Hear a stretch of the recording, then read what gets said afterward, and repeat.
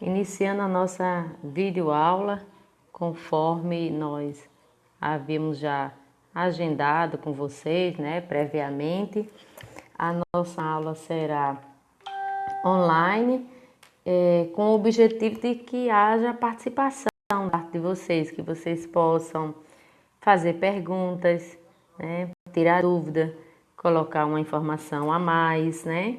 Então, a videoaula, ela sendo assim online, ela vai se tornar melhor nesse sentido, porque vamos poder trocar informações.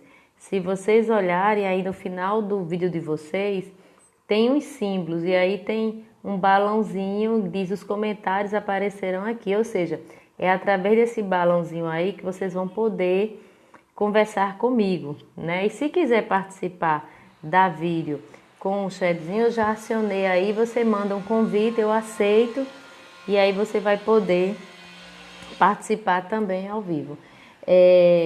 Eu só queria saber se tá dando para ouvir bem, porque eu tô com o vizinho aqui do lado, tá fazendo uma reforma e ele liga muitos equipamentos e eu escuto aqui, eu não sei se vocês escutam aí. Então, quem estiver aí assistindo, envia para mim um ok se tá atrapalhando ou não, né? Bom, 9 horas e 10 minutos, o tempo corre, essa aula vai ficar gravada e quem não participar agora vai poder ver no segundo momento, né? Vamos lá, turma do sexto ano. Nosso assunto está baseado no capítulo 4 deste livro aqui, né? O livro que nós estamos usando. Então, pessoal, o capítulo 4, ele vai falar dos primeiros habitantes da América. E aí, esses primeiros habitantes da América, marcado aqui pela chegada do homem ao nosso continente, né? Só que durante o desenrolar do capítulo, nós vamos nos deter mais ao nosso Brasil, ao nosso território, né? Na semana anterior, nós começamos a conversar sobre as hipóteses, quais seriam aí as formas de explicar a chegada desse homem ao nosso continente americano. E baseado nessas hipóteses, nós tivemos duas possibilidades, né? Duas hipóteses, não até três. A primeira hipótese diz que o homem chegou aqui caminhando por terra, quando então, num determinado momento, havia muito gelo, e aí foi possível fazer a travessia do Estreito de Bering, aquela ponta lá que liga o Alasca à Sibéria. Essa possibilidade, ela é uma possibilidade defendida por muitos estudiosos, chamada de hipótese por terra, né, já que esse homem vinha caminhando. Mas existe também uma segunda hipótese, que é muito defendida também por pesquisadores, como é o caso de Nied Guidon. Nessa segunda hipótese, ela diz que não, que esse homem chegou na América vindo através do Oceano Pacífico, de ilha em ilha, pela força da própria natureza, em pequenas embarcações, e esse homem chegou. Para essa ideia do Oceano Pacífico, da segunda hipótese, esse homem teria chegado aqui há mais de 50 mil anos. E para a hipótese 1, seria aí 11.500 anos, conforme o fóssil de Luzia, que foi encontrado, né? Então, essas são as duas grandes. Esse é o ponto maior da primeira parte que nós estudamos. A segunda parte agora vai falar onde é que se encontrou, onde encontramos fósseis dessa presença não só humana, mas também da megafauna. E aí, quando nós falamos em megafauna, tudo que tem a palavra mega, ela já dá a sensação de grande, né? Então, esses grandes animais.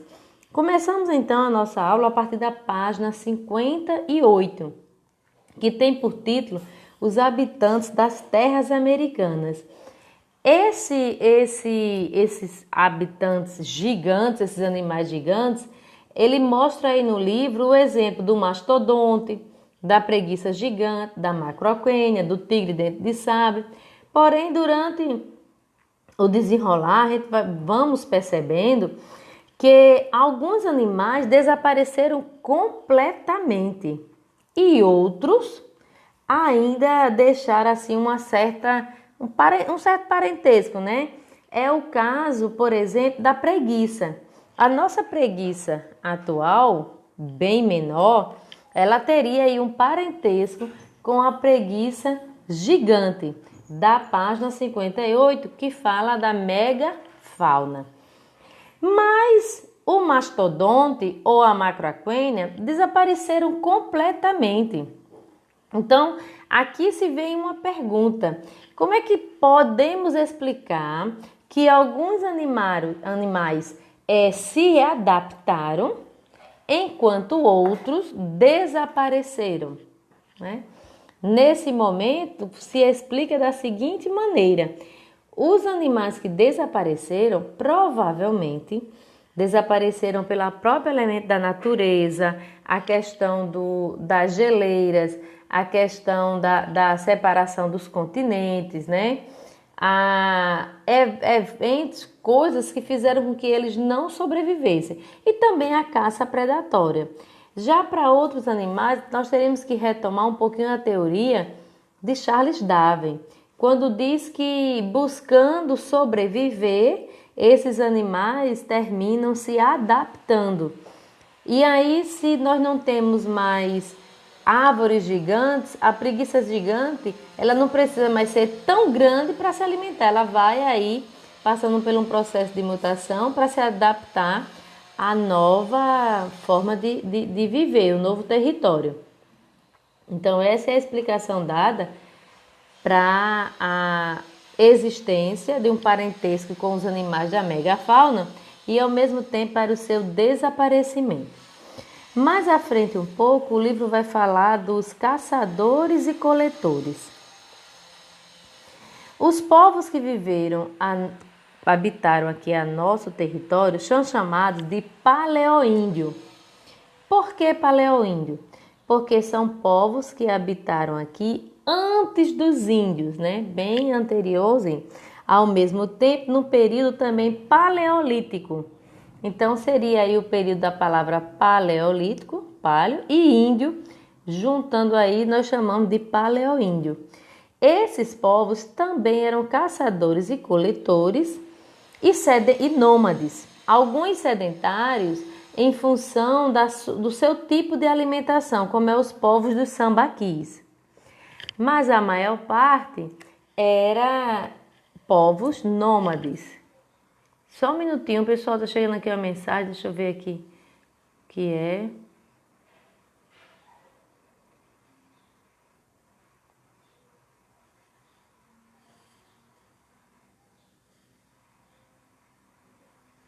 Ó, pessoal, tem um aluno aqui que está colocando, estamos esperando a aula. Eu acho que talvez vocês não estão conseguindo acessar, né? Talvez alguém aqui não esteja conseguindo acessar, mas a aula já está acontecendo, né?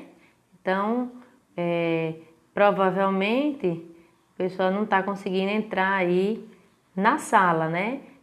Tem aqui, pode colocar para mim um ok, se tá para dar para ouvir, legal. Se estão com dificuldade na audição, na imagem. É a partir dessas informações de vocês que eu fico sabendo se está tudo bem, né?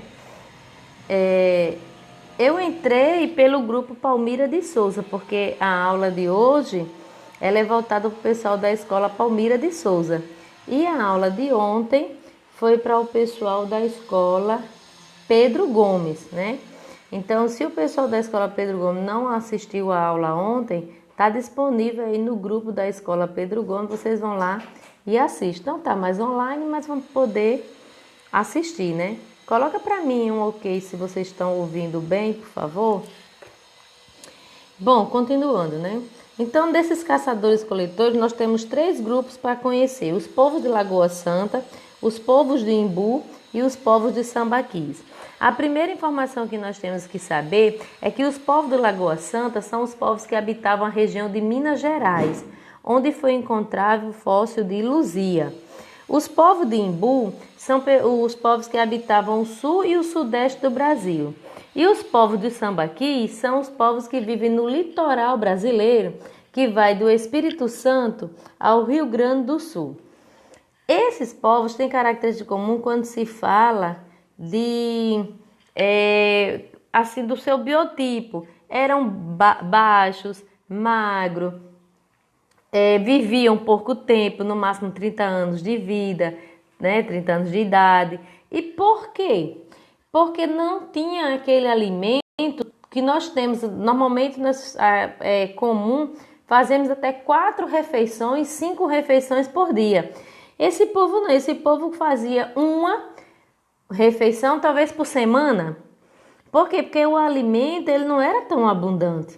Então isso fazia com que eles não fossem altos, fortes e vivessem muito tempo. Eles tinham uma perspectiva de vida baixa, até porque para buscar alimento eles sempre corriam risco de vida, né?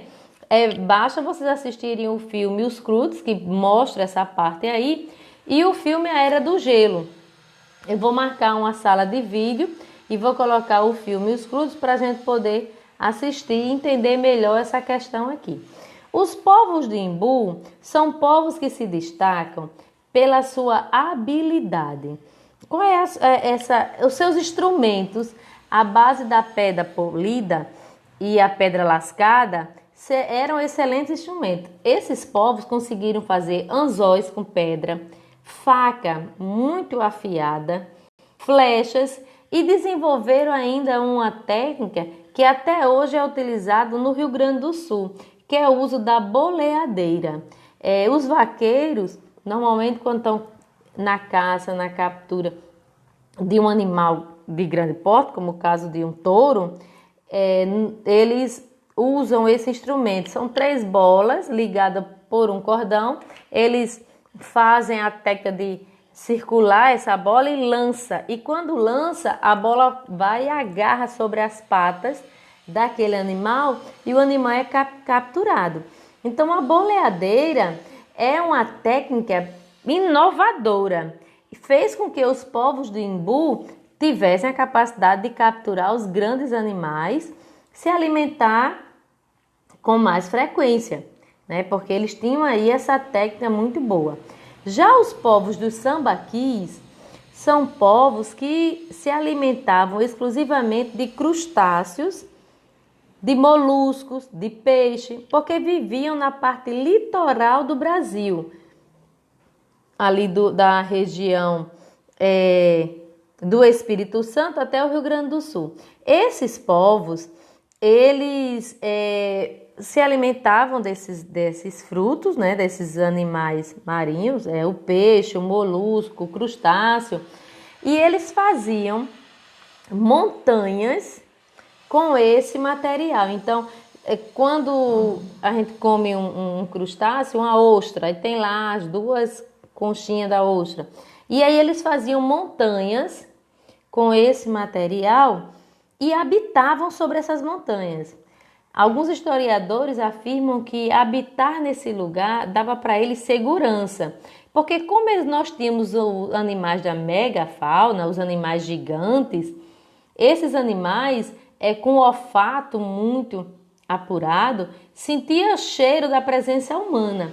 Mas os crustáceos, eles têm um cheiro ou um mau cheiro, né, muito forte, então inibia o cheiro humano. Daí então era seguro habitar sobre essas montanhas aqui. E faziam também sepultamentos nessas mesmas montanhas. Então, os povos do Sambaquis foram povos também habilidosos e se alimentavam com uma certa abundância, embora também praticassem a caça e a coleta. A última parte do livro ele vai falar dos povos da Amazônia. E qual é o grande destaque para os povos da Amazônia? O grande destaque para eles, em relação aos outros povos, primeiro é a domesticação das plantas, principalmente a mandioca. Mandioca para alguns, macaxeira para outros, aipim. Verdade é que essa planta ela não era comestível, porque era uma planta venenosa. Mas os povos da Amazônia conseguiu domesticar essa planta e hoje é uma planta que faz uma raiz, né? Que faz parte da nossa dieta alimentar. Comemos e com grande conhecimento a macaxeira, a farinha, a tapioca, o beiju. Mas foi domesticada aí pelos povos da Amazônia. Uma outra coisa muito importante desses povos foi a capacidade deles utilizarem a cerâmica. Eles conseguiram fazer vasos de cerâmica.